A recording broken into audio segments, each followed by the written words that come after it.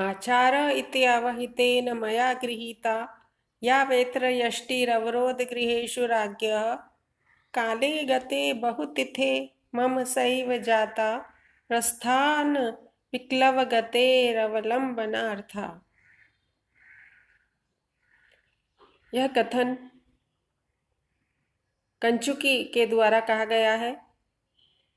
कंचुकी राजा का अत्यंत विश्वास पात्र और स्वामी भक्त सेवक होता है और राजभवन के अंतःपुर की रक्षा का दायित्व इस व्यक्ति पर होता है।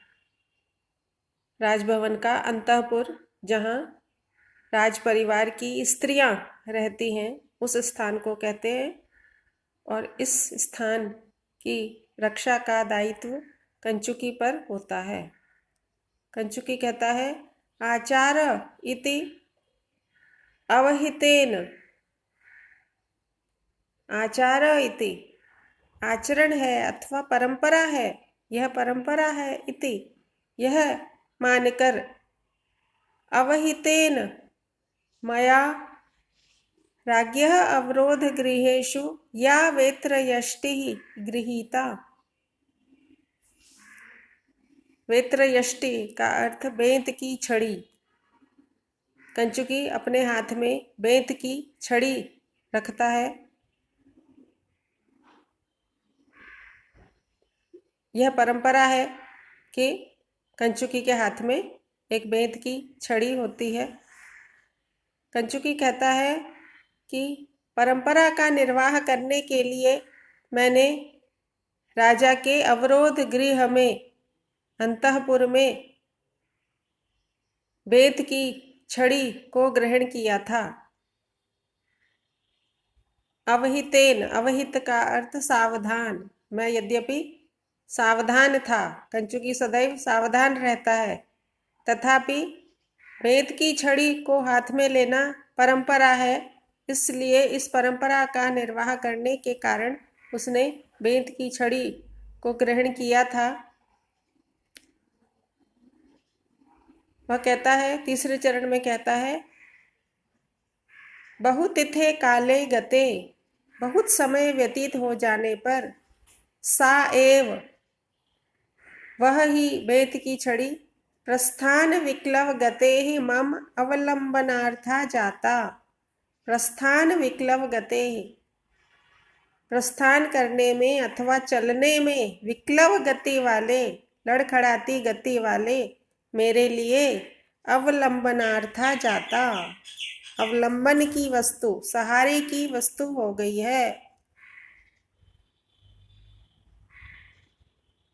अनेक वर्षों पूर्व इस कंचुकी ने बेंत की छड़ी को परंपरा का निर्वाह करने के लिए ग्रहण किया था, परंतु अब अनेक वर्ष व्यतीत हो जाने पर, जबकि यह कंचुकी वृद्ध हो गया है, अब वृद्ध अवस्था में प्रस्थान करने में विक्लव गति हो जाने के कारण वह बेंत की छड़ी अब इसके लिए सहारा लेने की वस्तु बन गई है। इस श्लोक से यह सूचित होता है कि कंचुकी अब वृद्ध हो गया है और अनेक वर्षों पूर्व उसकी नियुक्ति अंतःपुर की रक्षा के लिए हुई थी। इस बात से प्रतीत होता है कि कंचुकी अनेक वर्षों तक अंतःपुर की रक्षा में नियुक्त रहा और वह राजा का अत्यंत विश्वास पात्र और स्वामी भक्त सेवक होता है।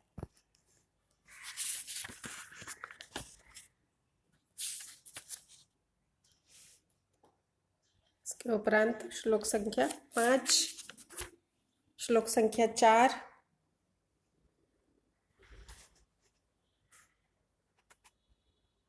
भानुः सकृत युक्त तुरंग एव रात्रिन्दिवं गंधवः प्रयाति शेषः सदैवाहित भूमि भारः षष्ठांश वृत्तेरपि धर्म एषः।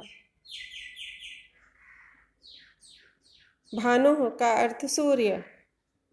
सूर्य एक बार ही जोते गए अश्वों वाला होता है, अर्थात सूर्य की यात्रा में एक बार ही अश्व नियुक्त किए जाते हैं, उसके बाद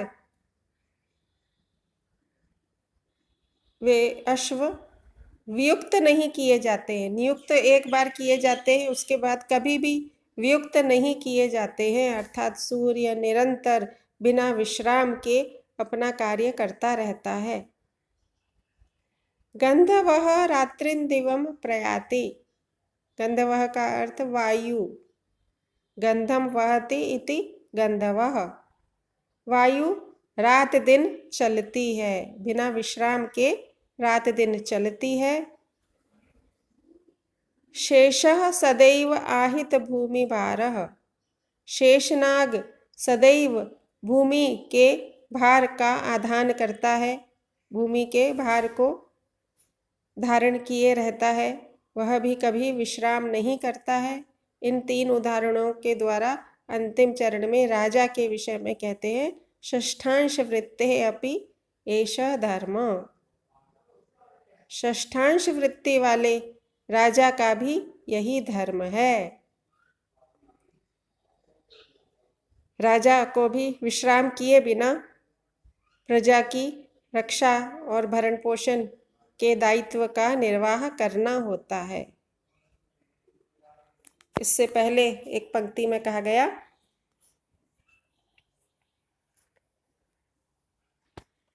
इससे पहले के पाठ में कहा गया, अथवा अविश्रमो अयम लोकतंत्राधिकारः।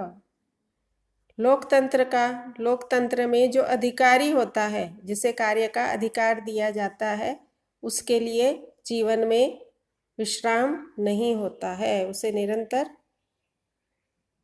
कार्यों में व्यस्त होना होता है। राजा के लिए षष्ठांश वृत्ति शब्द का उपयोग किया गया है। यह एक प्रकार से राजा का पर्यायवाची है। राजा प्रजाजनों के उत्पादन के 6ठे अंश का अधिकारी होता है। कर के रूप में वह प्रजा की उपज के 6ठे भाग को ग्रहण करता है, इसलिए राजा के लिए षष्ठांश वृत्ति शब्द का उपयोग किया गया है। तो यहाँ कहा गया कि षष्ठांश वृत्ति वाले राजा का भी यही धर्म होता है। जिस प्रकार सूर्य, वायु और शेषनाग और इसके अतिरिक्त भी अन्य अनेक प्रकृति के उपादान विश्राम किए बिना परोपकार करते हैं, उसी प्रकार राजा का भी यह दायित्व होता है कि वह विश्राम किए बिना प्रजा के रक्षा आदि का कार्य संपन्न करे। इसी के साथ वीडियो समाप्त होता है।